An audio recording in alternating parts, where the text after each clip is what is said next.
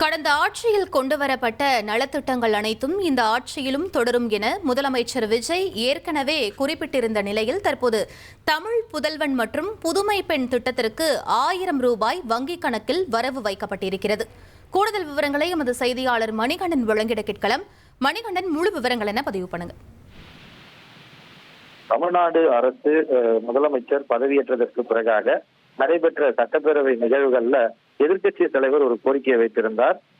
ஏற்கனவே மக்கள் நலத்துக்காக செயல்படுத்தப்படும் திட்டங்கள் இந்த அரசு தொடர்ந்து செயல்படுத்த வேண்டும் என்பதை பதிவு செய்திருந்தார். அதை ஏற்று தமிழ்நாடு முதலமைச்சரும் கூட மக்களுக்கு முக்கியமாக ஏற்கனவே கடந்த அரசுகள் செயல்படுத்தி வந்த திட்டங்கள் நிச்சயமாக தொடரும் என வாக்குறுதியை அளித்திருந்தார்.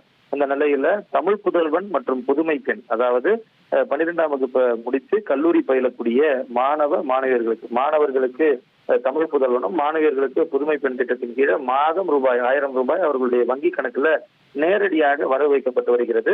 அந்த திட்டம் கிட்டத்தட்ட இந்த 13ஆம் தேதி மாலையிலிருந்து 14ஆம் தேதி காலைக்குள்ள வரவு வைக்கப்படும்.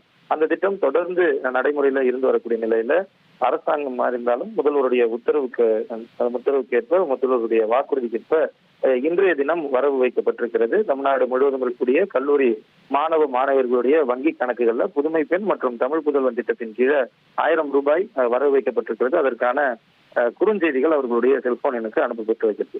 உங்கள் தந்திவன் தொலைக்காட்சியில் ரகசிய சிநேகிதியே தினமும் இரவு 8 மணிக்கு காண தவறாதீர்கள்.